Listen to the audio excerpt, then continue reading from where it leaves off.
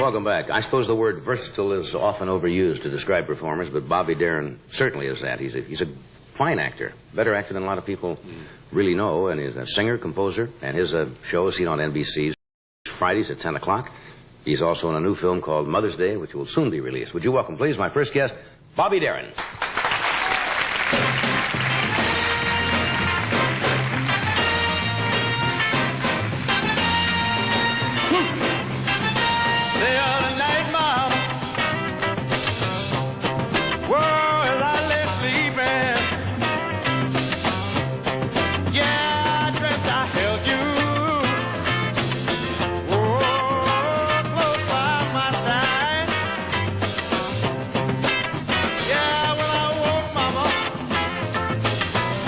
You know, I found I was mistaken. Yes, I did. Then I hung, I tell ya, hung my head and I cried. You're all my sunshine, my only sunshine. You make me happy, mama, when skies are gray. Yeah, you never know, mama, how much I love you. Sunshine. Well, no, mama, don't take. Oh, honey, don't take. Oh, mama, come and get it. Oh, honey, don't quit it. Oh, come get all of it. Oh, mama, make me love it. Yeah, mama, come and get it. Oh, come on, get it. Look at that.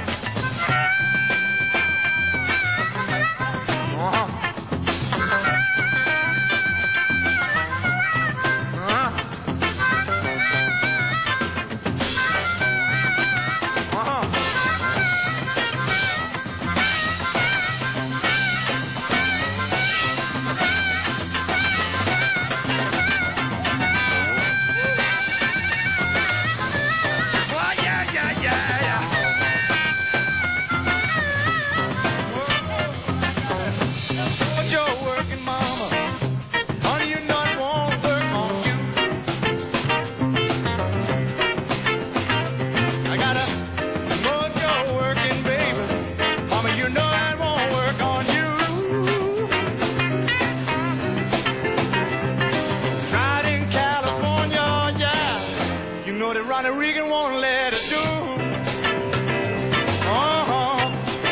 Let me play now.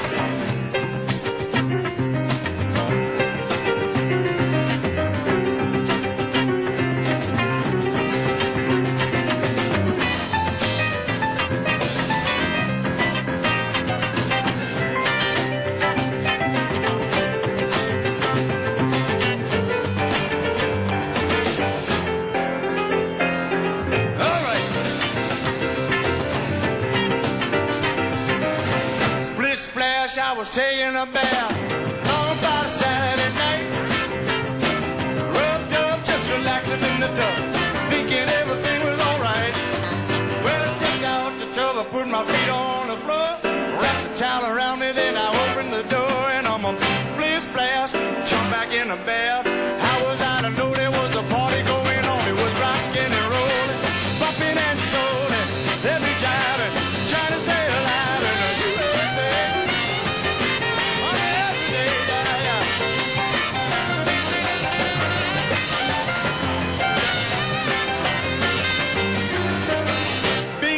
I saw the whole gang dancing on my living room rug.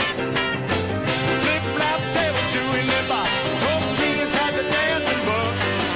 That was Mindy and Billy Joe. There were so many people had nowhere to go. I said, rubbed up, jump back in my tub. We get something going on, I know. We rocking and reeling, bumping on the ceiling.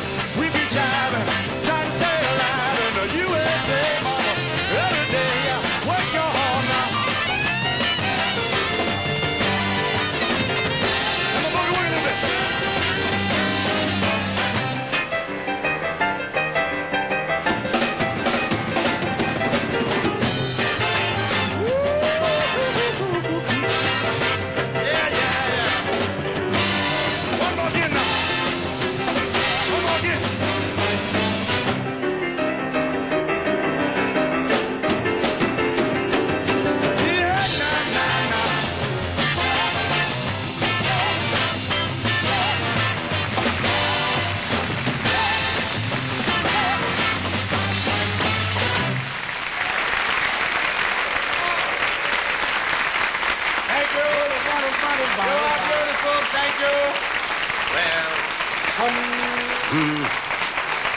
Thank you very much. Just don't have a good opening number, huh? No. See, that's... I came with this piece of material hoping it would work. I got another one. I can do a crazy. slower one. I never knew you played this. We used to call it in the Midwest a mouth organ. Remember that? That dates you. That's a mouth organ. A lot of people don't know that. Yeah. But then again, if I had to earn my living at it, I'd make about $6 per annum. It's not a big call for harmonica players. I can play that same thing in 2 different tempos, same key. Really? Yeah, and 2 different harmonicas. Same thing. At the same time? Yeah, at the same time. I used to follow an act at a county fair once where the guy had a little harmonica and he put it inside of his mouth and played a tune like Old MacDonald, and I came out and died. Absolutely. At a fair, those guys will kill you. And he says, now listen to this. And he played a song on it, and I came out with my jokes. Yeah. I do that really to give myself a little break in the singing thing. Like in an hour and 10-minute performance on a nightclub, for example, or in a theater, you know. Just to break it up a little bit, because I would say it's about 32 minutes out of an hour and 10 minutes would be maximum for me to be just doing a vocal kind of thing. You know, if you don't break it up with something, for me, if you've got great chops and really in great command musically, you know, then you don't really need those little things. But I like to look at them as little hooks. Just something to horse around with the audience. The audience that's right. I have fun with it. If anyone takes me seriously musically, then that's like a mistake. I don't mean to impart that feeling. I think you play one of the finest harmonicas I've heard. Well, in the last 20 minutes? Since Tuesday. A week Tuesday. That's it. See, it's that kind of fun kind of thing. Good to see you again. You're looking well. Thank you, John. I feel all right. We should have had you here, I understand. When Bobby Fish was here. Somebody said you are a chestnut. Is that becoming? Yeah, I've become. I've gone. No, I don't mean a chestnut. No. This audience is quicker than a lark tonight, folks. Not a chestnut. I mean a chess buff, I should have said, or aficionado. Well, in any case, I enjoy the game. Yeah, it's something I played about a dozen years ago. I learned the game. I learned the opening moves. I really played at it at that point in my life, and then around the time that Fisher destroyed Spassky, you know, last year, I kind of picked up the fever indeed, and since that time I've been, you know, reading and studying books. And I'm up to winning 1 out of 73 games. I really, is and that that's good? Fantastic. For me, it's fantastic. Yeah. You know, it really is. I tell you what's fascinating about it, John. It allows me to have a kind of a recreation that I can talk about. Number one. Number two, that affords me kind of a little bit of a cerebral tickling. If you like will. that, huh? Yeah, I really do. I mean, I would like to be into golf and tennis, and if I enjoy those things, I would really pursue them heavily. I don't. But this game, 64 squares, and you have to do it all in the 64, and you have to understand, like, that computer, in this day and age, a computer is not able to be better than a third-rate player. I mean, that's how incredibly infinite the variations are in this game. So, and I think it's one of the few games in the world, indeed, if maybe not the only game, where someone could say, much like life, I can never possibly learn all there is to learn about the game. I feel that way about Go Fish. Well, in that case... An old maid. I've never been able to master the intricacies of Go Fish. Do you play chess? That shows you. No, it'll give you an idea. No, I don't know a thing about chess. You don't? Well, maybe that's better. I followed it, strangely enough, on Channel 13 when he was playing Spassky. And I found it fascinating. I didn't know what they were talking about. But some guy would illustrate the moves. But as you say, the multiplicity of moves are staggering. Yeah, it's just incredible. I'm sponsoring, I'm very proud of this, I'm sponsoring a chess classic, an international classic, if you will. And yes, later this year, it'll be sometime in October or November of this year. And it will be the first Grandmaster, the largest purse ever offered to a Grandmaster event like this. There'll be 16 Grandmasters in the event itself. It'll take 15 days to play, actually, not including weekends. And I'm really excited about it. And interestingly enough, somebody panned me the other day for jumping on some potential bandwagon. Now think about this reasoning. They were accusing me of starting what will now be a glut, a la the various golf tournaments and tennis tournaments sponsored by entertainers. And the bottom line is that the game of chess really has kind of lain dormant, if you will, up until last year. And any kind of help to it should be at least, if not ignored, all right, to say the least, then at least certainly not wrapped. Don't worry about what the press says. They got to say something anyway, so they're going to give you a shot no matter what. Yeah, but the guy spelled my name wrong, too. I would like to see the tournament, provided Howard Cosell doesn't call it. Can you see Howard Cosell calling a chess tournament? That's got to be. He moved it to King Knight 4. I don't even know. Is there such a thing as a King Knight 4? Yes, you do know the game. I'm very hip on it. We have to take a break? Okay. Then I know you can't stay all night. I can stay for a few minutes, and then I have to go. Okay, let me do this, and, now, do I hold up something? Yes, I do. I don't hold up something. See how quick you lose it when you're off for a week? Now, there's a better brand of fabric softener. You simply spray in your dryer. Cling-free.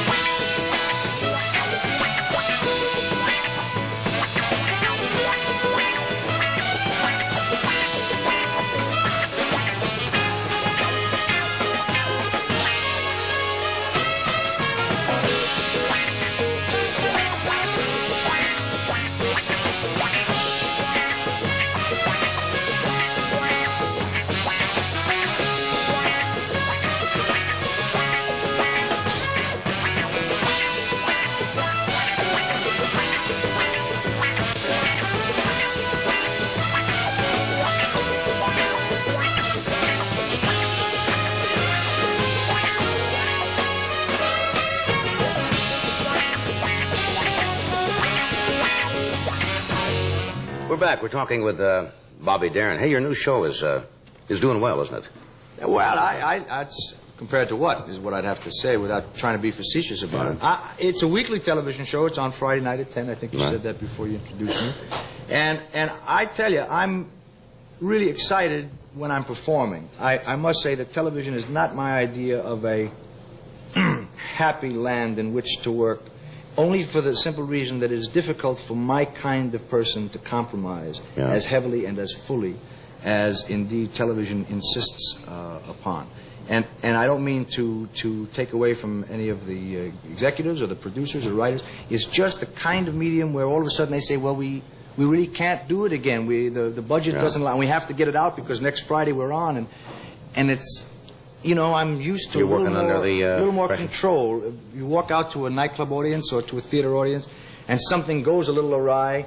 You know, they can relate to it because it happens right there. There's a humanness about it.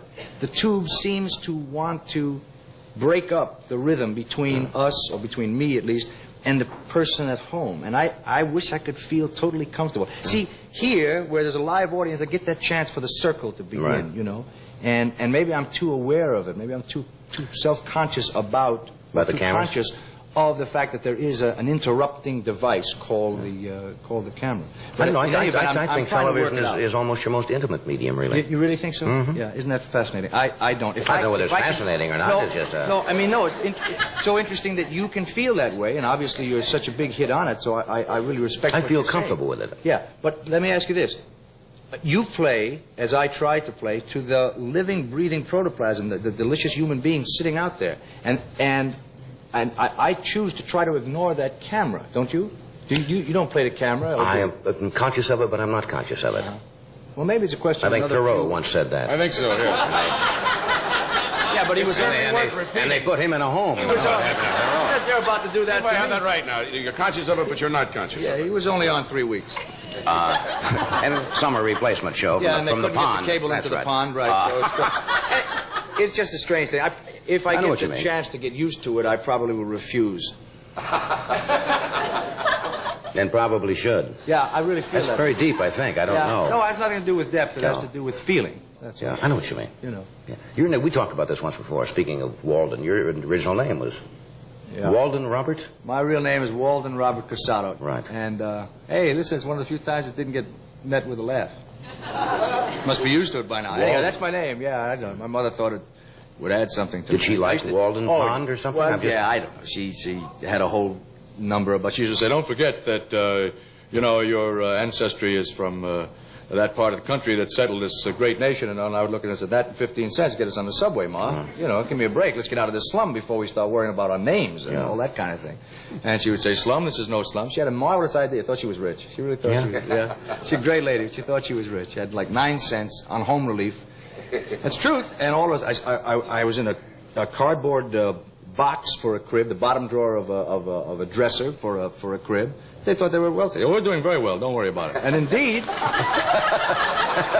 indeed, well, I was 12 years old. I was still in that crib. But indeed, there's always somebody who's poorer. So I guess. And if you don't know the difference, I suppose the comparison. Well, I knew it. I must have been born with some kind of computer in my head because automatically I said, "Wait, this is." I mean, right. you said to me, "I'm in a box." Yeah, I'm in a box.